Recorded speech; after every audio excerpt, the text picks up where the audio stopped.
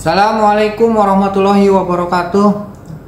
Kita ketemu lagi teman-teman semua dalam materi seminar perpajakan. Kita ini untuk membahas terkait dengan part 2-nya, yakni kita saat ini akan membahas terkait dengan yang pertama, teknik pemeriksaan pajak.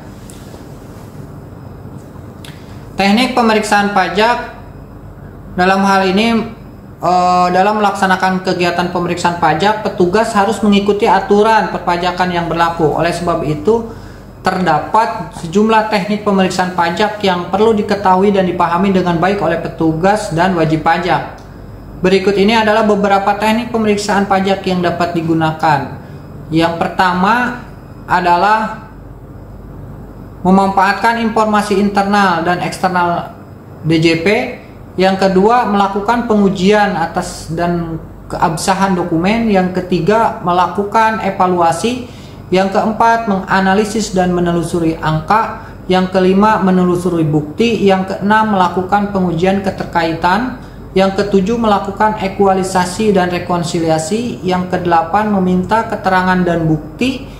Yang kesembilan, melakukan konfirmasi dan inspeksi. Yang kesepuluh, mengajukan kebenaran fisik dan perhitungan matematis. Yang ke-11, melakukan wawancara dan sampling. Yang ke-12, teknik audit dengan komputer. Kemudian, tidak hanya teknis dalam pemeriksaan pajak, ada tahapan-tahapan pemeriksaan pajak. Di sini tahapan-tahapan pemeriksaan pajak ini yakni pemeriksa pajak diawali dengan penyampaian surat pemberitahuan pemeriksaan lapangan atau pengiriman surat panggilan dalam rangka pemeriksaan kantor. Apabila kondisi tidak memungkinkan, maka pemeriksaan pajak bisa dilaksanakan secara online.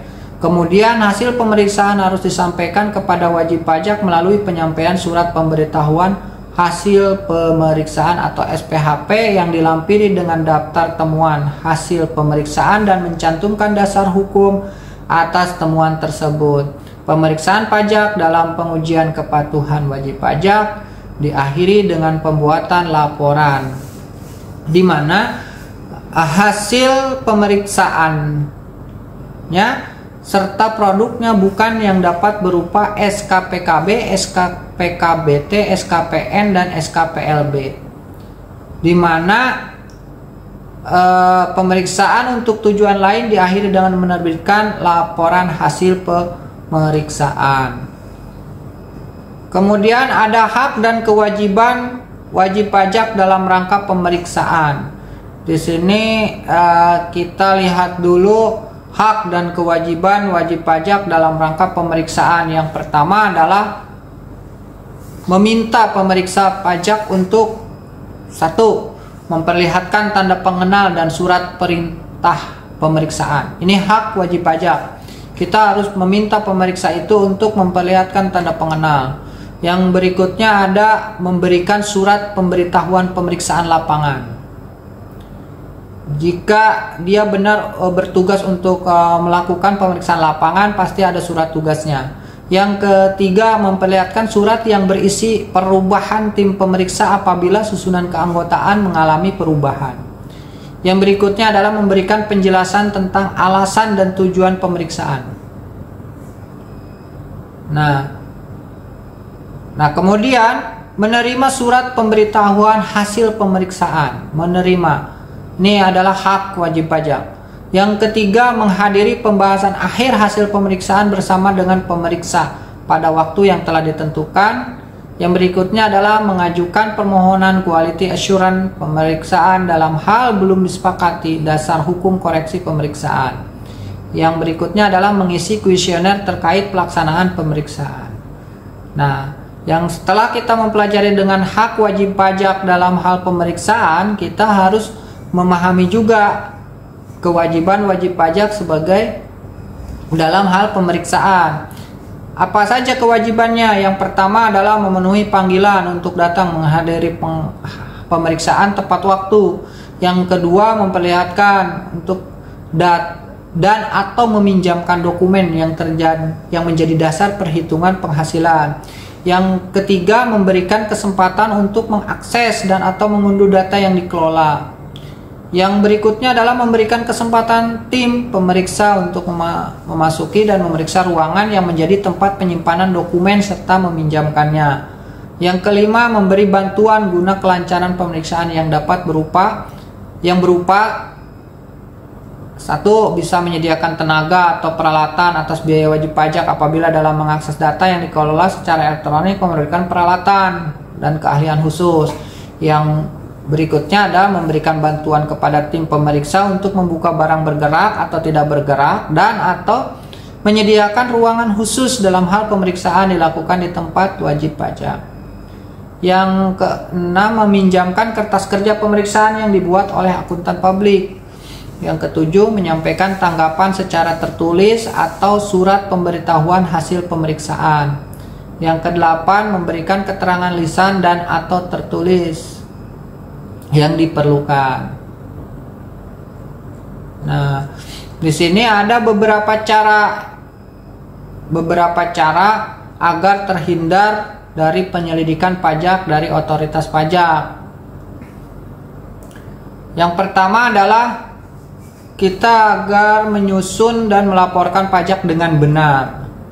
Langkah pertama yang penting dalam menghindari penyelidikan pajak adalah dengan menyusun dan melaporkan pajak dengan benar. Pastikan untuk memahami undang-undang perpajakan yang berlaku dan mematuhi ketentuan yang ditetapkan. Jika merasa kesulitan dalam mengurus pajak, pertimbangkan untuk menggunakan jasa seorang akuntan atau konsultan pajak yang berpengalaman untuk membantu kita dalam hal menyusun dan melaporkan pajak dengan akurat. Kemudian, membayar pajak tepat waktu. Nah, ini keterlambatan dalam hal membayar pajak dapat menjadi sinyal bagi otoritas pajak bahwa ada ketidakpatuhan dalam kewajiban pajak. Pastikan untuk selalu menyetorkan pajak tepat waktu sesuai seperti jadwal yang sudah ditentukan. Menghindari penghindaran pajak yang ilegal. Nah, meskipun penghindaran pajak yang legal diperbolehkan, penghindaran pajak yang ilegal adalah pelanggaran serius yang dapat menyebabkan penyelidikan pajak. Penting untuk membedakan antara penghindaran pajak yang sah dan legal. Jika Anda memiliki kekhawatiran tentang struktur perpajakan yang kompleks atau penyelewengan yang melanggar hukum, sebaiknya konsultasikan dengan seorang profesional pajak atau pengacara yang dapat memberikan nasihat kepada Anda sebagai wajib pajak. Yang keempat, mempertahankan dokumen dan bukti transaksi yang akurat. Nah, yang harus ditata sedemikian rupa serapi mungkin. Dokumen-dokumen bukti transaksi yang akurat itu harus benar-benar disimpan secara baik. Karena dengan mempertahankan dokumen serta bukti transaksi yang akurat merupakan langkah penting dalam menghindari penyelidikan pajak. Otoritas pajak dapat melakukan pemeriksaan dan meminta bukti transaksi yang relevan. Yang kelima, mengikuti aturan pelaporan pajak yang berlaku. Ini penting nih, mengikuti aturan pelaporan pajak yang berlaku dalam hal memberikan informasi yang akurat. Jika Anda memiliki kewajiban pelaporan tambahan seperti pelaporan aset, pendapatan dari luar negeri, pastikan dalam hal itu memahami persyaratan yang berlaku. Nah, kemudian hal-hal yang penting kita hindari itu yang pertama, nah ini tidak hanya ini ya, dalam hal cara agar terhindar juga ini penting nih, perlu di poin-poin pentingnya. Yang pertama adalah menghindari kesalahan komunikasi. Kita harus hindari nih, ketika sebuah perusahaan bertemu dengan otoritas perpajakan ada risiko kesalahan komunikasi yang dapat terjadi. Informasi yang diberikan oleh perusahaan dapat salah diinterpretasikan atau terjadinya kekurangan dalam memberikan penjelasan. Yang kedua, mencegah munculnya tanda-tanda ketidakpatuhan nih. Mencegah munculnya tanda-tanda ketidakpatuhan. Misalnya pertemuan dengan orang perpajakan dapat menimbulkan tanda-tanda ketidakpatuhan atau masalah potensial yang dapat menarik perhatian orang pajak. Dapat diminimalisir dengan memanfaatkan layanan konsultan pajak misalnya saja, karena gantinya konsultan pajak tersebut akan menangani berbagai permasalahan pajak. Kemudian meminimalisir gangguan operasional. Meminimalkan gangguan operasional, contohnya dengan otoritas perpajakan dapat mengganggu kelancaran operasional perusahaan. Karena pertemuan dengan otoritas pajak memakan waktu dan sumber daya yang berharga, mengalihkan fokus dari kegiatan inti bisnis. Nih, kemudian persiapan apa saja yang dalam menghadapi pemeriksaan pajak? Persiapan yang harus dilakukan yang pertama adalah tindakan preventif, yakni melakukan tindakan-tindakan dalam rangka mencegah terjadinya pemeriksaan pajak. Tindakan yang dapat dilakukan berupa mematuhi dan menjalankan kewajiban perpajakan dengan baik.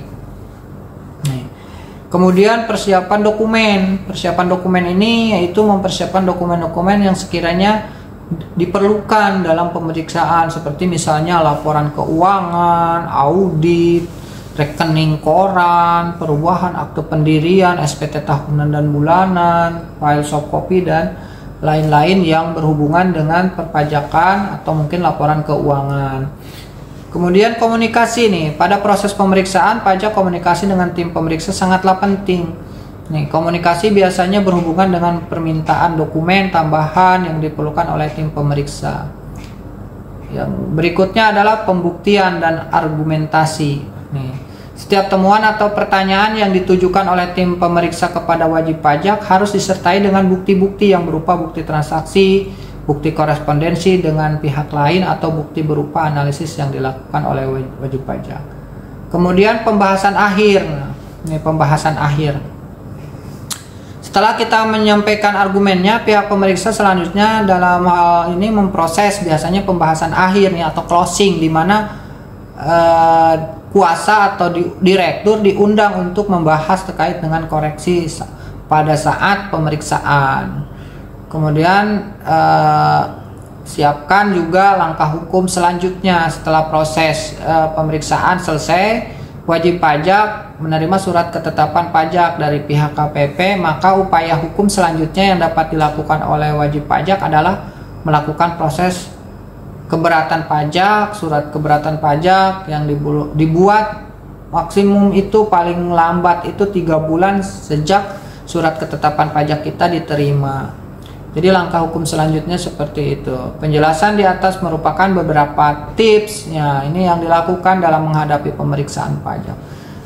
Demikian presentasi part kedua dari pemeriksaan pajak.